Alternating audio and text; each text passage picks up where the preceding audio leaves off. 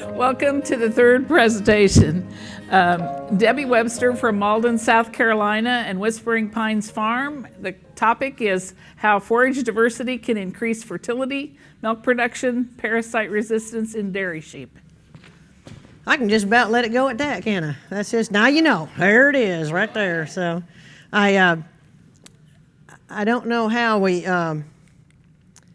got back to Malden, because I moved from Malden in 2019, and I told her not to fix that because that was part of the story anyways. We moved from about 20 acres to 180 acres, so my learning curve has changed a lot. And I started with a background in horses, and my forage ideas in horses is you don't have grass. Don't worry about that. You know, if you had 20 acres and 25 horses and 100 sheep, what you do for pasture rotation with that kind of circumstance is you have the sacrificial pasture and the pasture they visit with some grass. And then you put them back in the sacrificial pasture, and then you let them look at the grass for a minute. So that was all there was until we got the bigger farm. And I started with sheep back in 1998 because I needed sheep and goats for my live nativity that we ended up doing for 20 years. And that was what they were there for, that and the donkey. That's the only jobs they had. And that and Easter. And then my daughter, when she's about 6, had stomach troubles, and someone said, well, you got goats, you might as well give them goat milk. Everyone knows that fixes her stomach. So we started milking the goats, and the first time I tried to milk a goat, I had 0 success. But then it turned into something, and of course, the thing about small ruminants is the flock grows like crazy.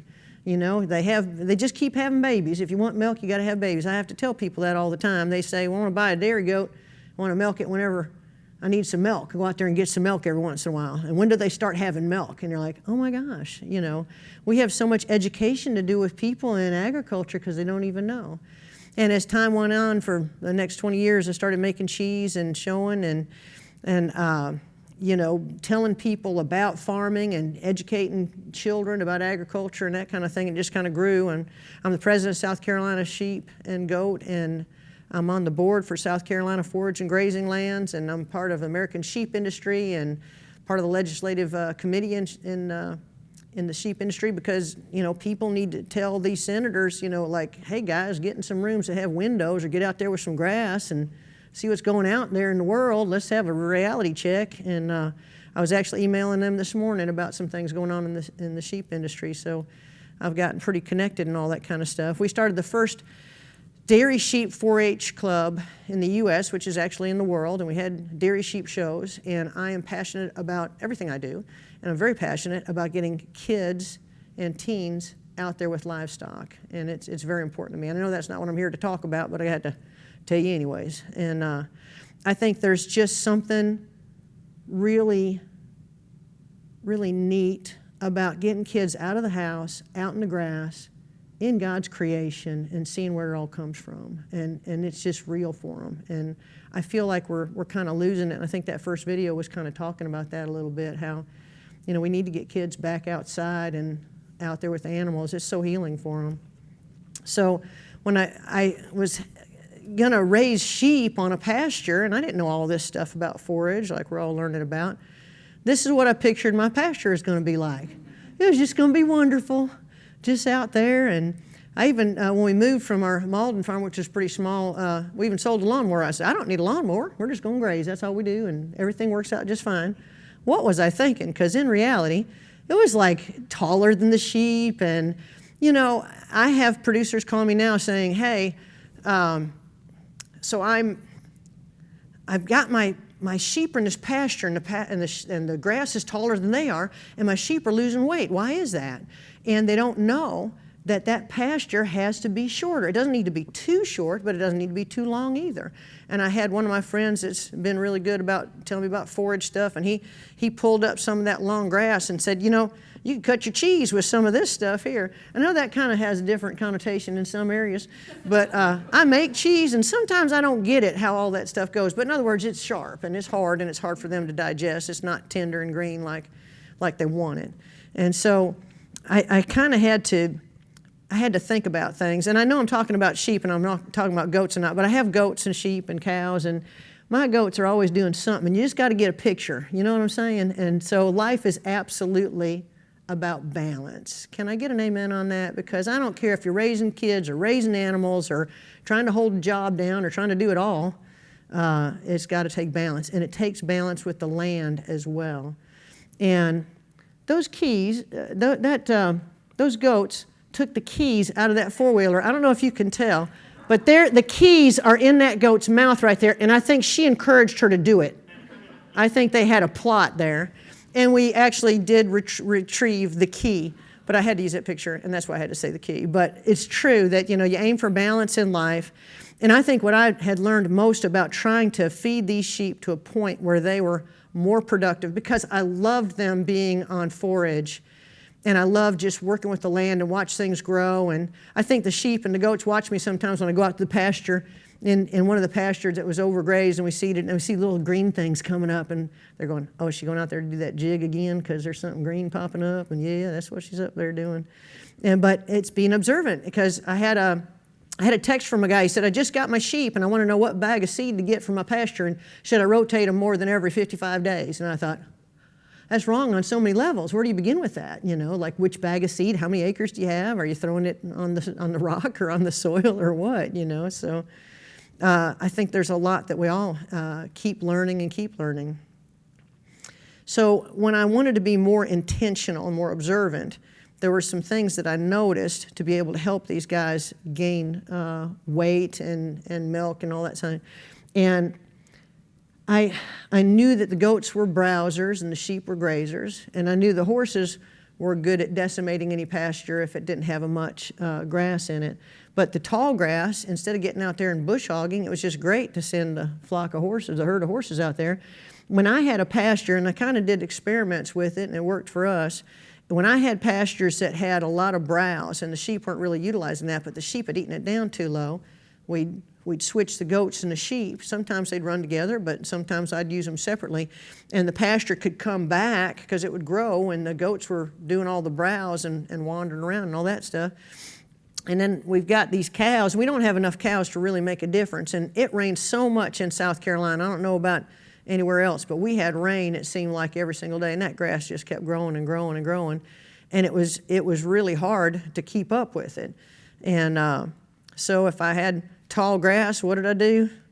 I recruited my favorite riding lawnmowers, because the horses would go out there and they'd take it down every time. So that was one way that we worked with the forage, because I knew if it got too tall. The other thing is sheep and goats don't share the same parasites as horses. So horses were just kind of like vacuum cleaners.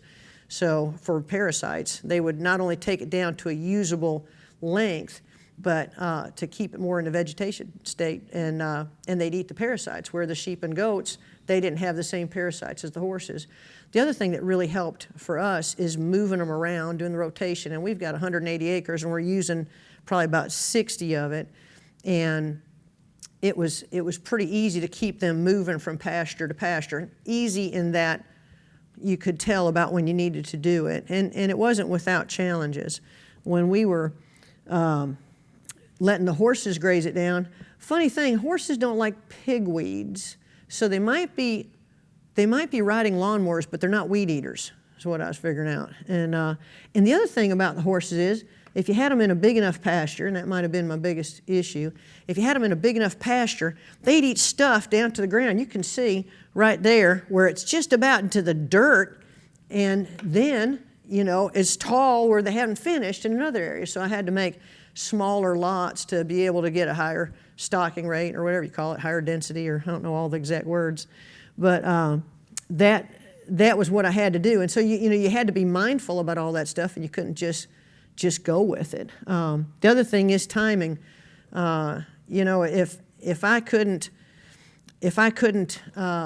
do my timing right, it wouldn't work. That last pasture had turned brown because we had a frost, and I didn't get my winter grazing sown early enough so that it actually would be a great height for it. Everything goes from order to disorder. I live with 2 engineers in my house, talk about thermodynamics and all that stuff, but it's absolutely true. I don't care if you're talking about the sinks and the dishes, your laundry, or stuff you got to do. Everything goes from a state of order to disorder, and a pasture is huge on that. And the other thing is timing is so important. If you don't clip it or bush hog it at the right time, if you don't move them at the right time. I had hired a guy, because it's so hard to find labor. Can I get an amen on that? I mean, it's so hard to get good help. And, oh yeah, I know how to drive a tractor, and out there grinding the gears. And you're saying, hey, what are you doing? Use the clutch. What's the clutch? Well, I thought you knew how to drive a tractor. What are you talking? Your dad's riding lawnmower. You push go and stop. Is that what your experience level is? And I said, hey, by the way, hold that bush hog up pretty high, because I want it about 8 inches. Okay, sure. And then you go out there and you can see the skid marks where he's drugged the bush hog across the ground, and you're like, well, that'll never come back this year. So. I guess it means you don't have to burn it or something like that. I don't know what, but it's tough. And then we have a no-till drill now, so I'm pretty excited about putting in seed, because we would use the Cattlemen Association one, and everybody, as soon as you get it, they go, are you done? Are you done? Are you done? And you're like, oh my gosh, it's raining, I can't start. So there's always challenges with that. But what I enjoyed most is just figuring out all the different kinds of things that I could plant and put in the forage diversity. And do y'all like my pictures? Because I spend a lot of time on taking pictures like all the time. And it's just so cool seeing all that stuff. And I did want to kind of point out, like the oats. I did field trips with kids forever at my place in Malden. We had kindergarten classes. We had thousands of kids that I do field trips with. And back in the day, when you fed horses grain, it looked like grain instead of pellets, there'd be a wheelbarrow full of oats, barley, and corn. And I'd ask the kids, can you point out anything you know? And they could point out corn. And some of them knew where corn came from. And I'd say, all right, what's this little white thing here? And I'd have to tell them it was oats. And anyone ever had oats before? No, I never had oats. And I said, you kindergartners, I had it before you knew what you were doing, eating your Cheerios and stuff. And everyone's had oats. And I said, do you know where oats come from? And you know what the number one answer was? Oat tree. We got a long way to go. This was 10 or 15 years ago. I mean, and I know it's a lot worse. And we just have so much work to do with those kids, because even the parents didn't know what oats were or where they came from. They knew what oats were. Well, as far as, Quaker oats, they didn't know what the plant was. I had a hen setting on some eggs, and one of the ladies that got eggs from me every week, she goes, I said, hey, we're going to have chicks soon. And she goes, oh, do you have one that's pregnant? And I go, well, that's not how that works, and you get eggs from me. How do you not know how this works? I said, she's pregnant every single day. But I mean, I just feel like we really need to help people. As far as how this stuff helped the sheep, I have so many people, and we start a lot of people in dairy sheep, and they think that that you can do a lot of grass-fed, and I appreciate that, and I love that, and I work towards that. But if you have a sheep, let's say, that milks with the capacity of a heavy-producing ewe, let's say it's like a ewe trying to feed triplets or quads, she can't walk around and eat a few weeds and get enough mouthfuls to support the babies and support herself. She could absolutely milk herself to death. And you have to get some genetic, some diversity in there, and it's just imperative that you take time to feed them enough to do the right thing. And the legumes are wonderful. We feed alfalfa, and that we can do forage alfalfa, we can do clover, cowpeas, everything in its season to keep them fortified, because every mouthful has to be full of that protein and that fiber. If the energy's coming out of them, the energy needs to go back in them. And we had a lot of really good results once we started taking care of the land, putting back into it. When the energy goes out of the land, you got to put the energy back into the land. When the energy goes out of the animal, you got to put the energy back into it. And we saw just a huge difference in animals. And when they were walking around grazing and moving around from pasture to pasture, it was just beautiful. I mean, that was kind of in sync with nature, in sync. It was harmonic. It was just it was a really neat thing. And these animals thrived in that environment. Now, I still fed them grain, I'll be honest with you, especially if they were high producers, because they couldn't walk around enough to replace what they were utilizing. But we use crabgrass. Someone else was talking about an earlier thing, and it has a higher TDN, so it was just a better product for us. And we're still learning, and we're still trying to make the products better, to get the milk better and my products, my cheese and my dairy products and all that stuff better. What goes into them is what it's going to make a difference, what's coming out of them with their fat content, their butter fat and that kind of thing. So the forage was very important. What I came to realize is that just because I was planting the right things, that if you're pulling that stuff out of the soil is the other element that I hadn't spent a lot of time on, that we're still working on. And I have all these people trying to tell me all this stuff, and I'm as green as that grass is about some of these minerals and all that stuff. So I had a friend, he sent me the mineral wheel. I said, oh, this makes it clear. Yeah, so there's all these arrows, so if that one touches that one, something bad happens or something good happens, I don't know. And then they go like that. So it's kind of like, mineral wheel, yeah, I get it. Yeah, so I mean, that didn't help. And so then I learned there's like the micronutrients and the macro things, you know, real important. I know that. And I was thinking, how can I visualize this? Because it's like the big thing and something's tying up the little thing, and it seemed pretty confusing. So I had to figure out some ways to figure all that out. And so now I'm too old to do memes, but I'm doing memes. How about that? You know, is anybody like that? I mean, did anybody get that? Anyone seen stuff like this? Because yeah, all right. And I will tell you, my daughter helped me with that one. And it was amazing to me that too little calcium would limit the magnesium's usefulness. And it's like all this stuff is like so important, because if it's not in the soil, it's not in the forage. So I can spend all this money on seed and all this time and energy, and it's not as productive as it needs to be. So I didn't want y'all to think that I had it all together, so I was going to prove it. And then we just did a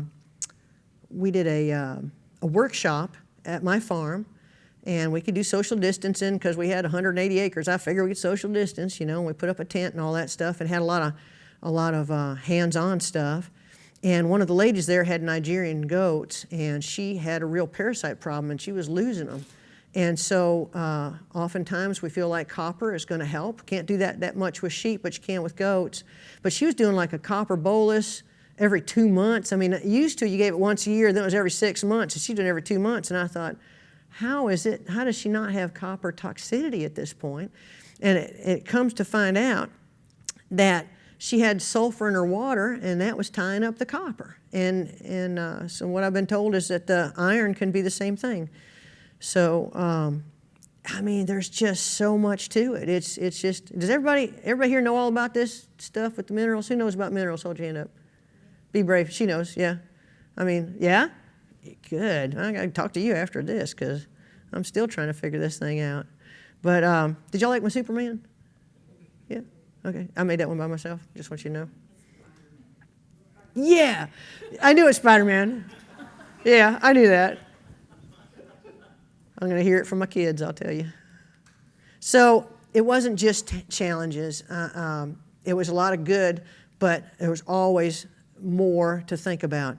And the weed thing, that was crazy too, because I remember I was driving through the pasture with one of our extension and one of our NRCS people, and they saw one of the thistles.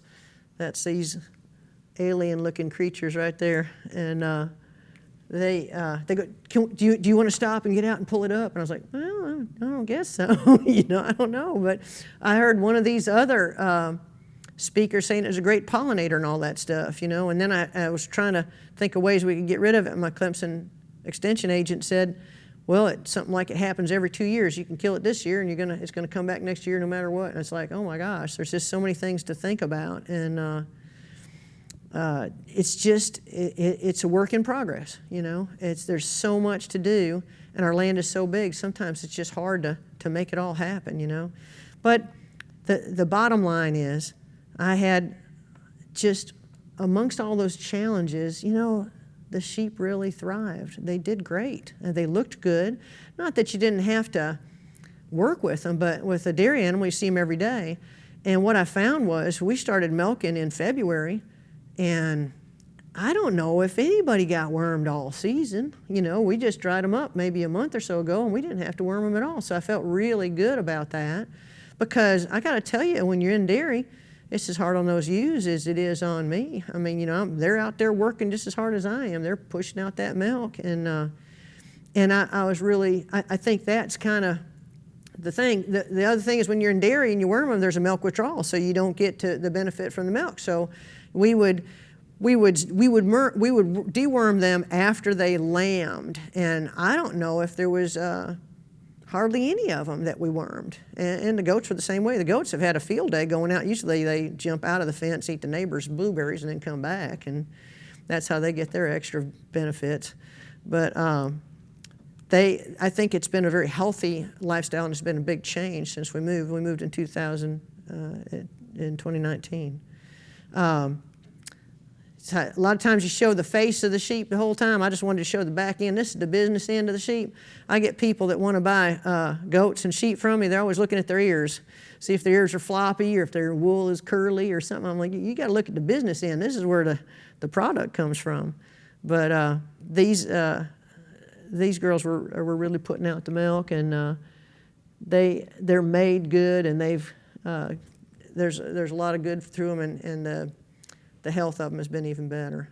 And so I'm so cool, I got a QR code that you can look me up on Facebook or my website. And one thing that we truly believe is that hardly anybody can do this kind of thing without help, me included.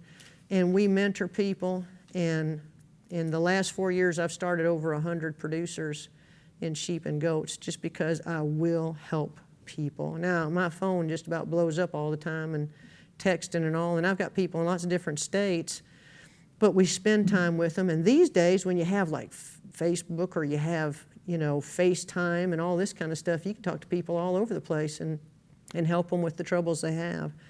And I would just submit that everybody needs to. I think this world would be a whole lot better place if people reached out more than kept an open hand on things and helped one another. So, anybody got any questions? Where are some of the places that you're marketing your cheese? So, mostly in the state of South Carolina, there's a place called Swamp Rabbit Cafe and Grocery. They carry, I do kefir yogurts, hard cheeses, soft cheeses, fetas, and a variety of soft cheeses and hard cheeses. And I have had a bunch of these markets starting up, you know, where they kind of start out as an open air market, and then they get bigger and bigger, just the same way that particular grocery store started. And they're coming and buying product like crazy and just selling it every week. They're picking it up, so I don't have to deliver it, which is nice. I do deliver a lot of products. Happy Cow Creamery sells my stuff, and so I don't know if y'all know about all the different places around here, but there's a good many. I'm about as busy as I want to be, probably too busy most of the time. Do you make all that on site? Yes, I do. Yeah, this is more about forage, but I just did something for North Dakota State University on Monday about how I do production at the farm. I feel like this current farm, I've only been there since 2019, and we had to build the whole facilities, and there's just like nothing there. And we built a huge cheese room. My cheese production has increased by 200, 300% like almost every year, and we make really good products. We've been judged on a national level and done very well, and I work really hard at making a better and a better product, and we are always looking for new ways to do things better and improve things, and we really care about what we do and put everything into it, and I think people see that, and if you're passionate about stuff, people can tell. Yes, sir. Yes, I'm having an event January 29th from 9 to 5, and I was supposed to get that where people could register, and I got the cart before the horse, and I know exactly what that is. And it'll be on where you can sign up for it. It'll be in Seneca where we are. We said Malden, but we're actually in Seneca, which is right near Clemson. Yes, sir. And it'll be hands-on. We're going to do some really cool forage basics that we think are essential. And we're, you know, from everything from soil prep to seeds and weeds. Who doesn't have to deal with weeds? And then the thing that I really like about that particular one is we talk about what to expect when you're expecting baby goats and lambs and how to care for them. And I've started more people with bottle baby lambs and goats because I think they can really get into them at that age, and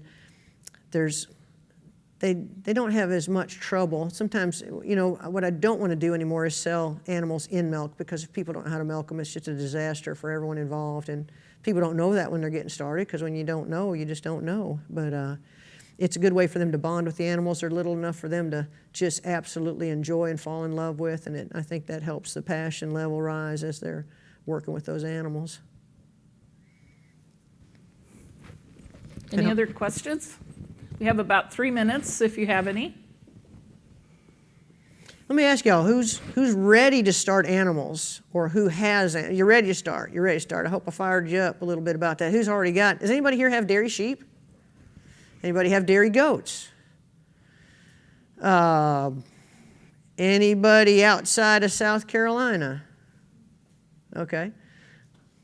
What made you come to this, or you just got tired and sat down and didn't get up, or you come to hear about? Yeah. I used to have goats, and we used to milk cows. Yeah. But I've kind of become since I've owned goats before, any questions that have to do with goats that come into our Department of Agriculture, come to me. Do you find that people are becoming more, first of all, I would say, like that first video, absolutely more people are interested in getting into small ruminants. Absolutely. Do you feel like the questions you're getting are coming from a higher level or more of a beginner level? Very beginner. That's what I find. And it's like crazy beginner, like the pregnant chicken thing, you know. That kind of like blows me, because it's wrong on so many levels, you know. It's like, where do you begin? Huh? Yeah. Well, it's like, you know, it's like then when they say, I want to get, when does this lamb become come into milk? You know, and I'm saying, well, you have children, right? Just saying, I mean, just thinking, you know, and you're the wife, right? So why did you come to this one? Because I talked you into it? Well, because I met you, but also because I've had dairy goats for 20 years and I've raised sheep for longer than that, and I was interested in the diversity, how diversity helps the health. We have found that the dairy breeds, that's one of the questions, frequently asked questions for dairy sheep, is how hard are they to find, or how hard are they to milk? And if you've had, let's say you've had meat goats and you've had meat sheep, there's a difference in how they're made, right? As far as the udder, the teat, and all that stuff. Same thing with meat sheep. There's a lot of people that are milking meat sheep, and they say, well, I can grass feed, you know. I said, yeah, that's right, you know. But if you strip them out, that's all you get, you know. You don't get much, right? But they can absolutely raise lambs. But wouldn't you want a sheep that can raise a lamb, or raise triplets and still have some for the family, you know? But you got to take care of her, you know. If she's giving you that much, you got to give back to her. I wanted to say, since you kind of called on. Sure. I'm Linda Coffey. I work with NCAT, whose booth at the back of the trade show. Like you're looking at the stage right behind you, and we have raising to control parasites there for sheep and goats. I do the sheep and goat things. One of the ones. There are like 5 of us in NCAT who do, and I'd love to meet you and have you sign my clipboard, please. So thank you. We're a farmer information service, and very interested in grazing and enjoyed your talk. Thank you. Anybody else have a question? Very Well, good. thank you. Thank you. Thank Debbie.